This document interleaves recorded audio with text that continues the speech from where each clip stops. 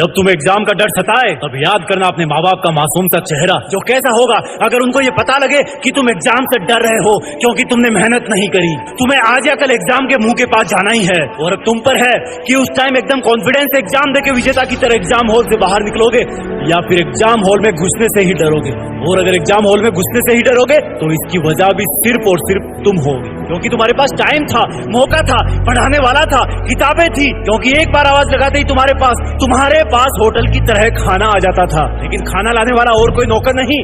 बल्कि तुम्हारी बेबस माँ होती थी, जिसको कितना झटका लगेगा अगर उसको ये पता लगे कि तुमको एग्जाम का डर इसलिए लग रहा है क्योंकि तुमने समय रहते एग्जाम के पहाड़ को तोड़ने के लिए अपने औजार दुरुस्त नहीं किए। तुमको सिर्फ और सिर्फ इसी काम के लिए छोड़ा गया है ताकि तुम खूब ज्ञान हासिल करो, उनसे बेहतर बनो, खुद से बेहतर बनो। तुम्हारे पास वक्त था अपने हथियार तेज करने का, तुम्हारे पास टाइम था सबसे ज्यादा टफ लगने वाले टॉपिक को भी सिंपल बना देने का, तुम्हारे पास टाइम था अपने पेरेंट्स को किसी महाराजा और महारानी की तरह प्राउड फील करवाने का, लेकिन तुम चूक गए। और जब रिजल्ट तुम्हारे हाथ में आएगा तब तुम सोचोगे कि यार अगर 2 नंबर और आते तो मेरी पसंद की कॉलेज में घर के पास ही एडमिशन मिल जाता। वो तुम्हें तब रियलाइज होगा जब तुम पहली बार हॉस्टल के लिए अपना सामान पैक कर रहे होंगे, अलग होने के लिए गम में रो तुम भी रहे होंगे, रो माँ बाप भी रहे होंगे कि बेटा तो पढ़ता था, शायद हमारे में ही कोई कमी रह गई इसलिए आज हमें छोड़कर पढ़ने के लिए दूर जा रहा है। तुम्हारे पास और उनके पास सिर्फ पछताने के अलावा कुछ नहीं बचेगा। लेकिन खुशी की बात यह है कि ऐसा हो सकता है, लेकिन ऐसा हुआ नहीं क्योंकि अभी बाजी तुम्हारे हाथ में है,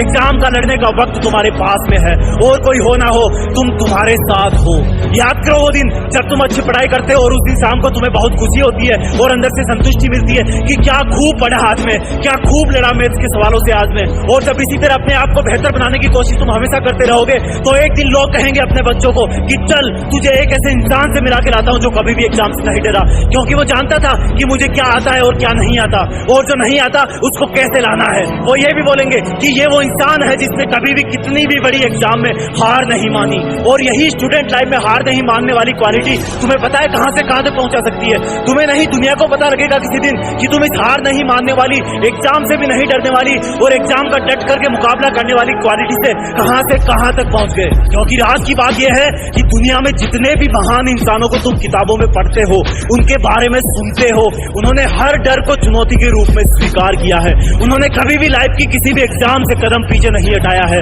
भले ही वो एग्जाम के रिजल्ट में हारे लेकिन कभी भी मन से नहीं हारे। पहले के जमाने में बच्चों को थोड़ा सा बड़ा होते ही गुरुकुल में छोड़ देते थे, वहां पर वो माँ बाप से दूर कई साल तक रहते थे, वो पढ़ते थे और कसरत करते थे, अपने गुरुजी गुरुकुल और परिवार का मान बढ़ाते थे और वही बालक बड़े होकर कोई राम बन जाते थे, कोई अर्जुन बन जाते थे, जिनके शौर्य की गाथा कई आसमान गाते थे और अब भी गाते आ रहे हैं। मेरा यकीन मानो पढ़ने लिखने की उम्र में दिमाग पर लगने वाला प्रेशर रियल लाइफ के प्रेशर से बहुत कम होता है। जब अर्जुन गुरुकुल में सीख रहे थे तो शायद उनको भी पता नहीं था कि ये तो प्रैक्टिस है, हकीकत में तो उनको अपना कर्म निभाने के लिए अपने ही रिश्तेदारों के विरुद्ध धर्म युद्ध करना पड़ेगा। कितना मुश्किल रहा होगा उनके लिए। कभी सोचा अपने माँ बाप के चेहरे पर इतनी झुर्रियां क्यों है? क्या वो तुम्हें लेके क्या क्या सपने सजोते हैं? गुरुकुल में जाने वालों को अपने माँ बाप के चरणों में रहने का अवसर कई साल तक वापस नहीं मिल पाता था, लेकिन तुम इतने लकी हो कि अगर दूर भी रहो तो वीडियो कॉल पर चेहरा देख सकते हो। समझो कि तुम कितने लकी हो जो तुम इस वीडियो को अपने खुद के मोबाइल में देख पा रहे हो। हर किसी को ऐसा सौभाग्य नहीं मिलता, लेकिन जिस उम्र में तुम्हें आगे आने वाली लाइफ के लिए मानसिक और शारीरिक तौर पर तैयार होने की जिम्मेदारी मिले